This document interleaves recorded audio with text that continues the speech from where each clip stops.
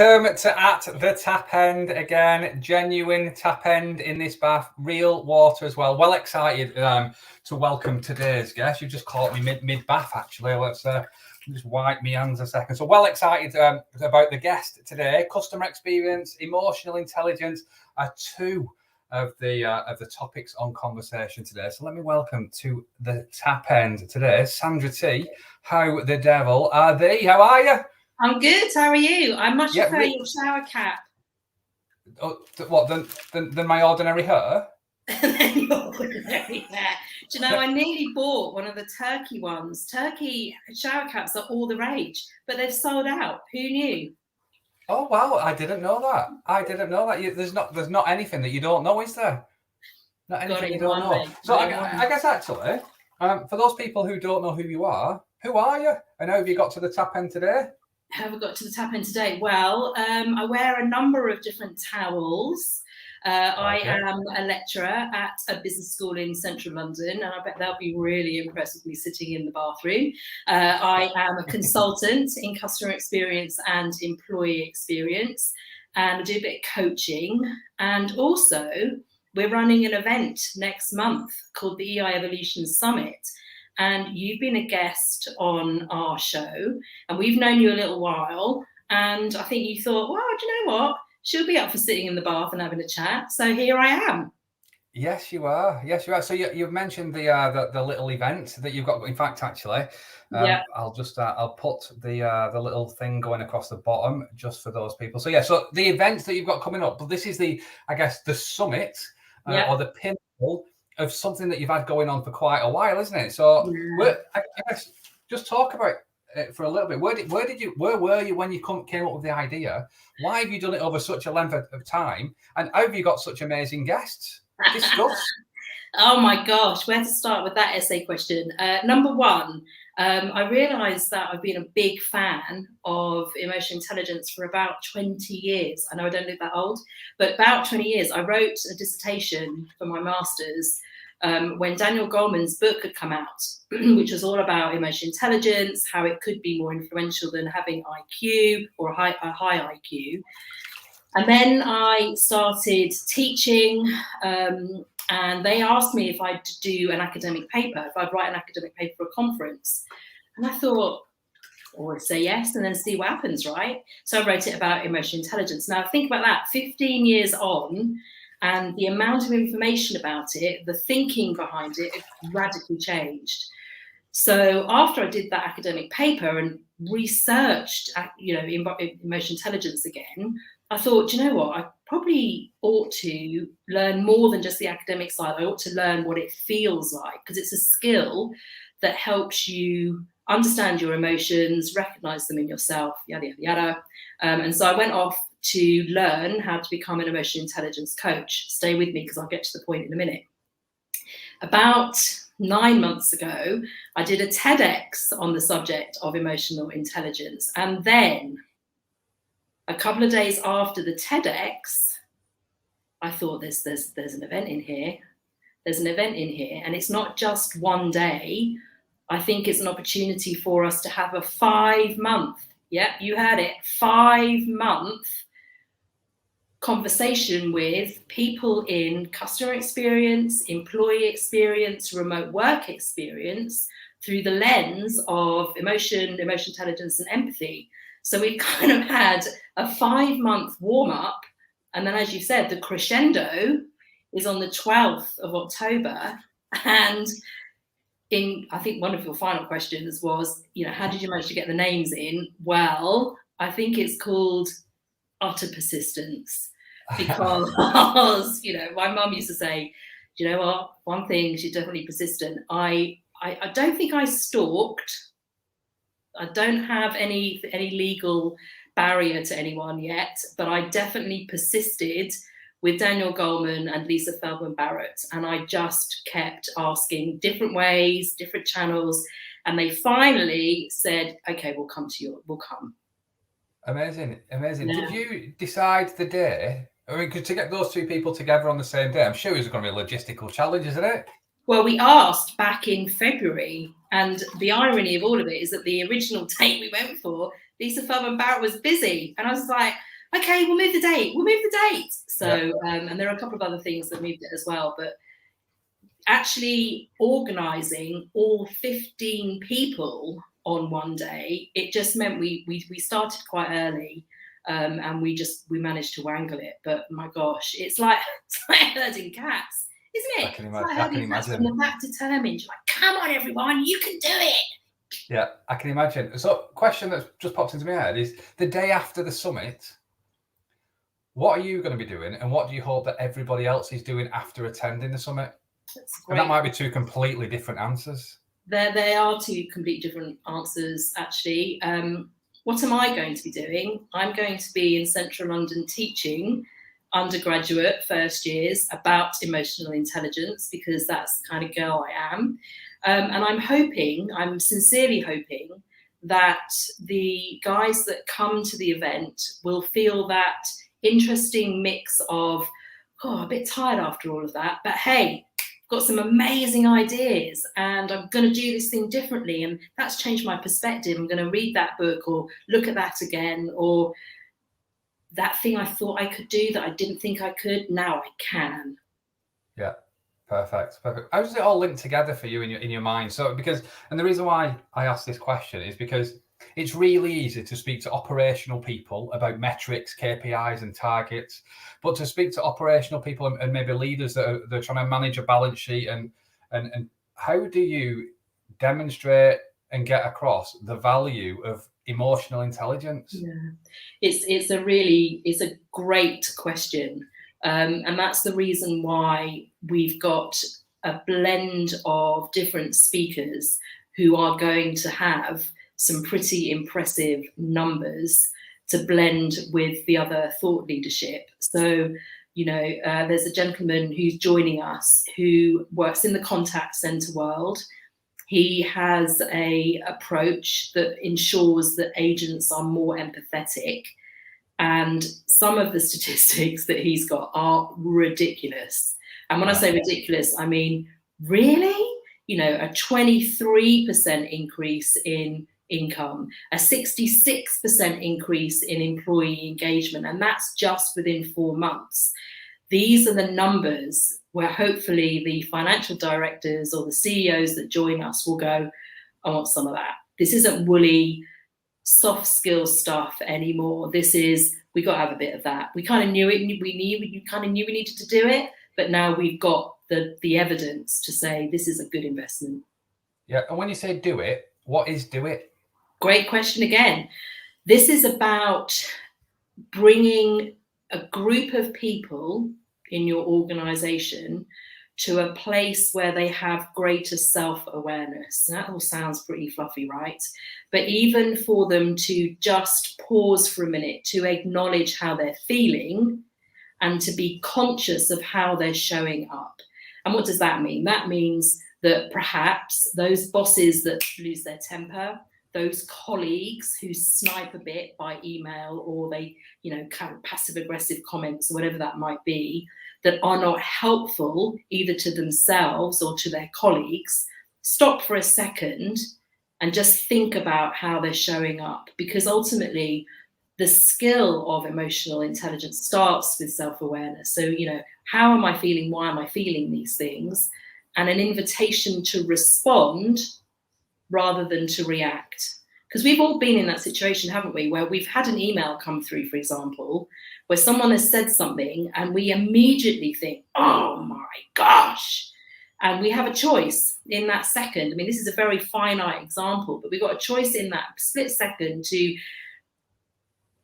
completely bash the laptop with a response that is equally angry, or we stop for a minute, might go for a walk, might leave it for a few minutes, and then we calm and we respond in a way that is more progressive and productive. You're talking about reducing conflict within the organization. You're talking about creating greater diversity. You're talking about inviting people to speak up. You're talking about better innovation. So coaching people, inviting them to just consider for a minute whether how they behave is truly helpful or not is where this all starts. Yeah, I love that. I love that. I was on a course, or delivering a course this morning. It's week 1. It's about change starts with you. And on that, I show a picture of a car pulling out on you. I show a picture of a spider, and I show a picture of a child taking the first steps. And I ask everybody, all participants in the group, what would they do in each of the, how would they respond to each of these different things? And there's 4 or 5 people in the session this morning, and they all responded differently to exactly the same event and stuff. And it's exactly like you say, it's about just recognizing how you do respond and react to maybe create a more positive outcome. No, I love that. I love that. That's good. What are you going to do this every year? Ask me on the evening of the 13th of October. I think there's a need for it. I do. I think there's a need for it. And I think in some respects, the event that we're doing this year, a lot of people are kind of looking at it to say, oh, this is a bit different. Oh, I'm not too sure. So I think that there will be a need to keep, that perseverance line again, isn't it? Keep giving evidence, to keep showing, hopefully, those that have come this year will be able to say, as a consequence of this thing, I did this thing, and now we've got these results that are much better. So in short answer to your question, Lee, probably yes. Yeah, no, amazing, because I think what you're doing is such an important thing. You're starting the conversation in such a big way with allowing a lot of people to bring what their experience to the conversation as well. No, that's good. Sorry, go on. What were you going to say then? I was going to say that, lots of people talk about empathy. Lots of people talk about, as I say, these soft skills. But lots of people don't really get, and I'm still learning. I'm not a neuroscientist, at all. I'm a marketer who does previously a marketer, and I do some customer experience stuff. But unless we really understand how humans are wired, then particularly as we return back to the office, or we become hybrid, or if we become remote, we're going to make some mistakes if we don't consider how people are, how they feel, and how we show up. It's never been a better window of time to start this conversation really at all. And it's the first time that a world famous neuroscientist is talking about employee, customer, and remote work. Tune in, because you're never going to hear it from anyone else. She is rocking the boat in the science world because she's showing the evidence from MRI and reports, and it's questioning and challenging some of the things we've believed for the last 30 years, Lee. Open your ears, guys. This is rocket fuel. Yeah, amazing. I'm really looking forward to it. And if people do want to register, then there's just across the bottom there, just about where my bubbles begin. There's the link where people can sign up. So you want to do it every year? You might do it every year. You're starting the conversation. Where do you think this could go? What's your dream for it all? Well, first of all, I'm going to take my towel off because it's just too heavy for my head. So watch out for that. That's going to be the new look. There you go. Where do I think it's going to go? I think this is going, I'm hoping, my plan here is for us to change the conversation. So rather than process, following a whole bunch of, we get the human, we're going to do these things, and aren't we great, tick box, we're going to do some genuine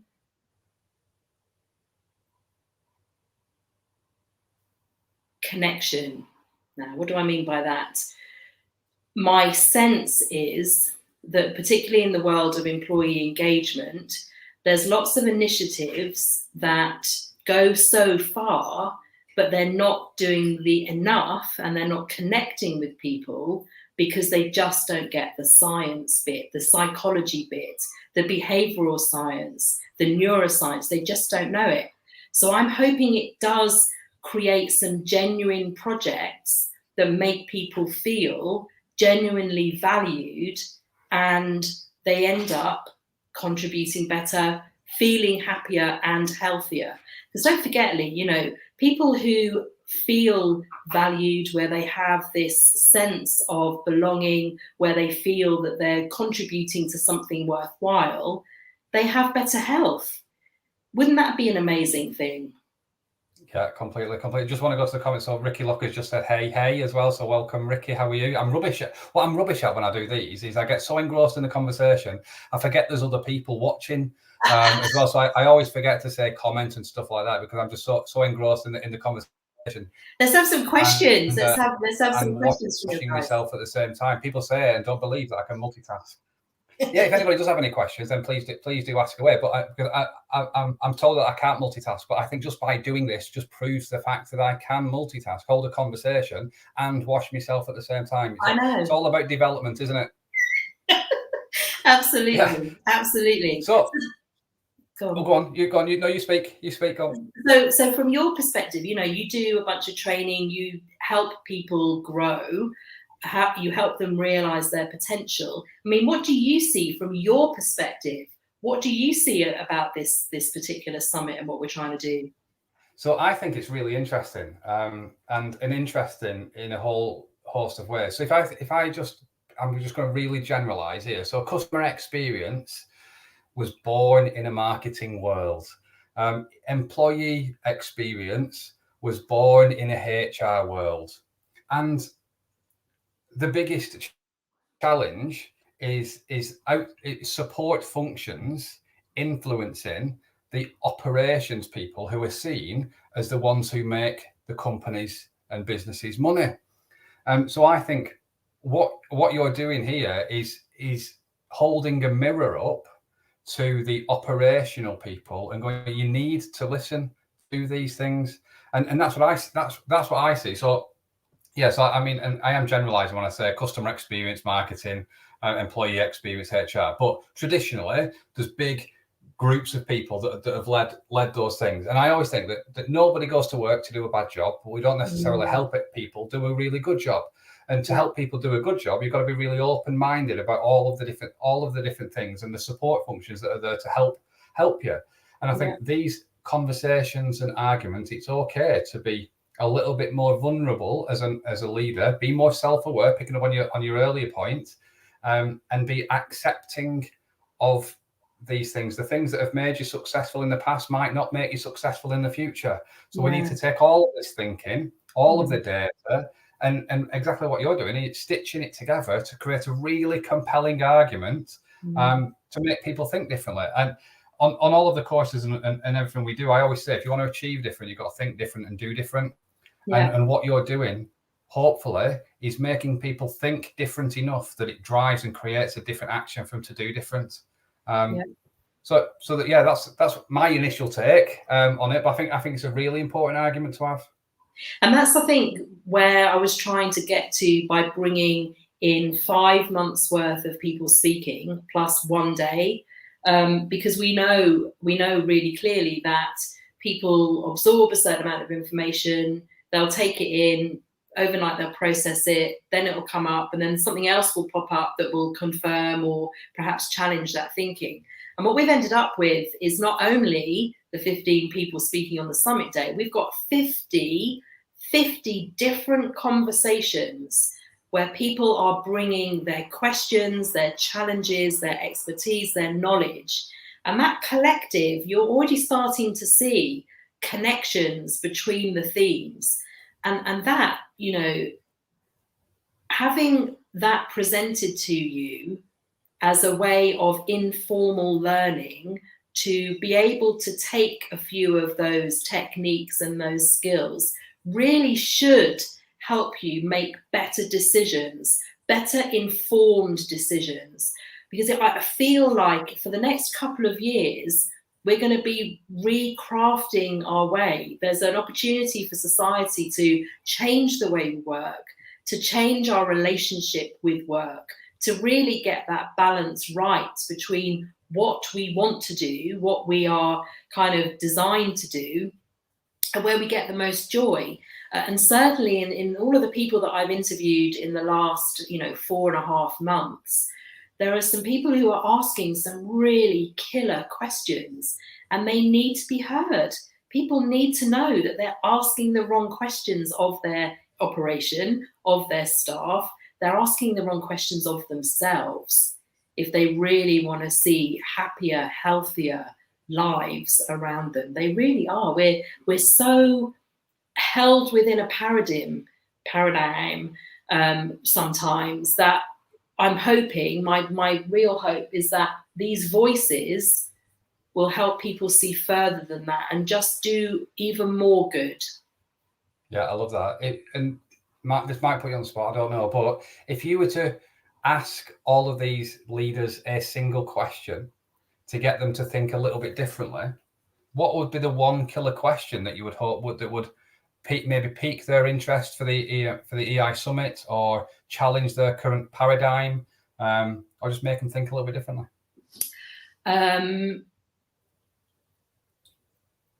It's controversial. Okay. What's stopping you from being more courageous?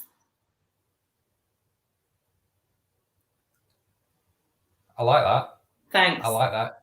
No, and the reason why I like it is because the person who will be required to answer it can answer it really superficially, or actually really challenge themselves.